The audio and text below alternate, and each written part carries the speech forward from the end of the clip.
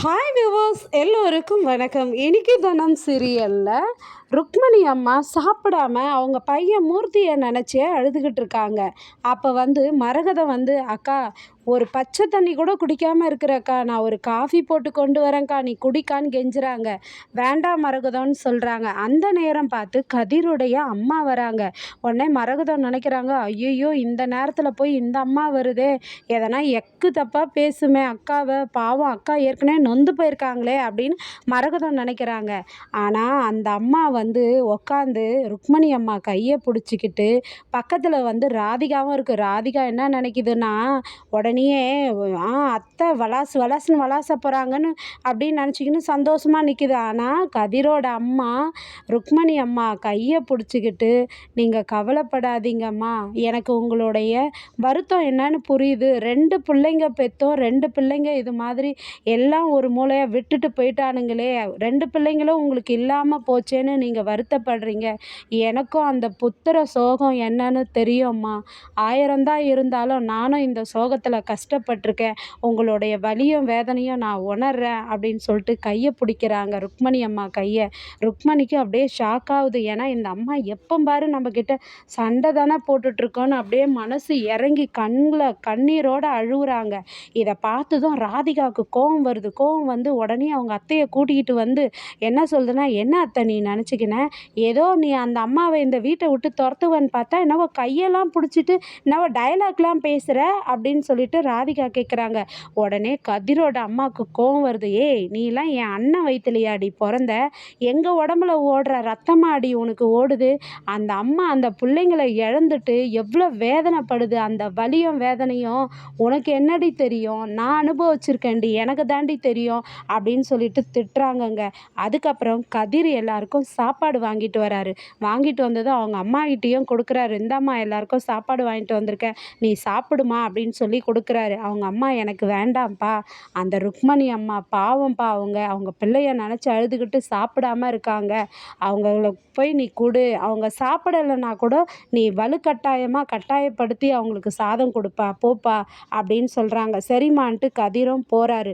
போயிட்டு ருக்மணி அம்மாவை சமாதானப்படுத்துகிறாரு. அம்மா சாப்பிடுங்கம்மா, நீங்கள் சாப்பிட்டு தான் ஆகணும், நான் சாப்பாடு வாங்கிட்டு வந்திருக்கேன் அப்படின்னு சொல்லிட்டு அவர் சாப்பாடு எல்லாத்தையும் ஒரு புடி பிசைஞ்சு உடனே சண்முகமும் எனக்கும் சேர்த்து கொடுங்க அப்படின்னு சொல்லி கேட்குறாரு.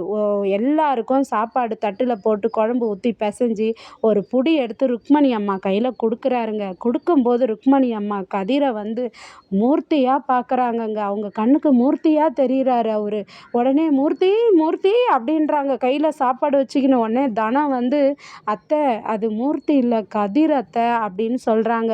சொன்னதும் எனக்கு கதிர் மூர்த்தியாக தெரிகிறாமா இந்த நேரத்தில் அப்படின்றாங்க. உடனே கதிரும் என்ன சொல்கிறாருன்னா, என்னை நீங்கள் மூர்த்தியாக நினச்சிக்கோங்கம்மா, மூர்த்தி தான் என் ரூபத்தில் இருக்கிறாருன்னு நீங்கள் என்னை எப்போவுமே இதே போல் பாருங்கம்மா அப்படின்னு சொல்லிட்டு சாப்பாடை பிசைஞ்சு ஊட்டி விடுறாருங்க ருக்மணி அம்மாவுக்கு. அவங்களும் சாப்பாடு வாங்கிக்கிட்டு கண்ணில் கண்ணீரோடு அவரை பார்த்து அழுகுறாங்க.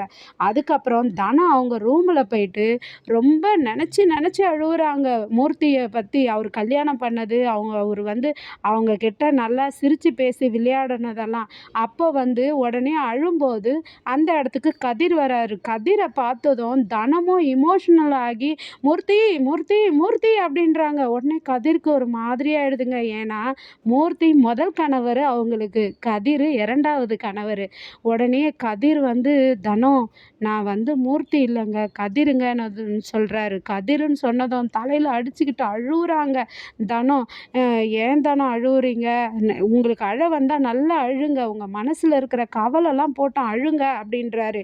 அதுக்கு தனம் சொல்கிறாங்க, இல்லைங்க கதிர், இந்த சத்திரியனை எவ்வளோ இதுவாக நான் நம்பிக்கையாக நினச்சாரு தெரியுமா மூர்த்தி, அவனை நல்லா படிக்க வைக்கணும், அவன் தான் குடும்பத்துக்கு, அவனால் எல்லாம் குடும்பம் நல்லா செழிப்பாக வரணும் அப்படின்னு படிக்க வச்சாரு. கடைசியில் அவனே அவரை கொன்னுட்டானேங்க. அவனுக்கு எப்படிங்க மனசு வந்தது? சரி, கொன்னுட்ட பிறகு கூட நான் அழுவுறது, அம்மா அழுவுறது, தங்கச்சிங்க அழுவுறதெல்லாம் அவன் மனசை வேதனைப்படுத்தலையா? அதெல்லாம் பார்த்துக்கிட்டு அவன் சாதுவா தானங்க இருந்தான் அப்படின்னு சொல்லிட்டு அழுவுறாங்க. ஆனால் அழுததும் உடனே கதிர் மனசுக்குள்ளேயும் சாஞ்சிட்டு அவரை பிடிச்சிக்கிட்டு அழுவுறாங்க. கதிருக்கு என்ன பேசுறதுன்னே தெரியலங்க. அவர் அப்படியே மௌனமாக இருக்கிறாரு. அதுக்கப்புறமா நைட்டுக்கு வெளியே வந்து பார்க்குறாரு. பார்த்தா அந்த இடத்துல ருக்மணி அம்மா, பாப்பா நிலா எல்லாம் தூங்குறாங்க. ருக்மணி அம்மாவுக்கு வந்து ஒரு பெட்ஷீட்டை எடுத்து போத்திட்டு அவர் வெளியே போகிறாரு. இதை சண்முகம் நோட் பண்ணிக்கிட்டே அவரும் வெளியே வராருங்க. நாளைக்கு சண்முகமும் மூர்த்தியும் இதை பற்றி என்ன பேசுகிறாங்கன்றது தொடர்ந்து பார்ப்போம். நன்றி. பாய்.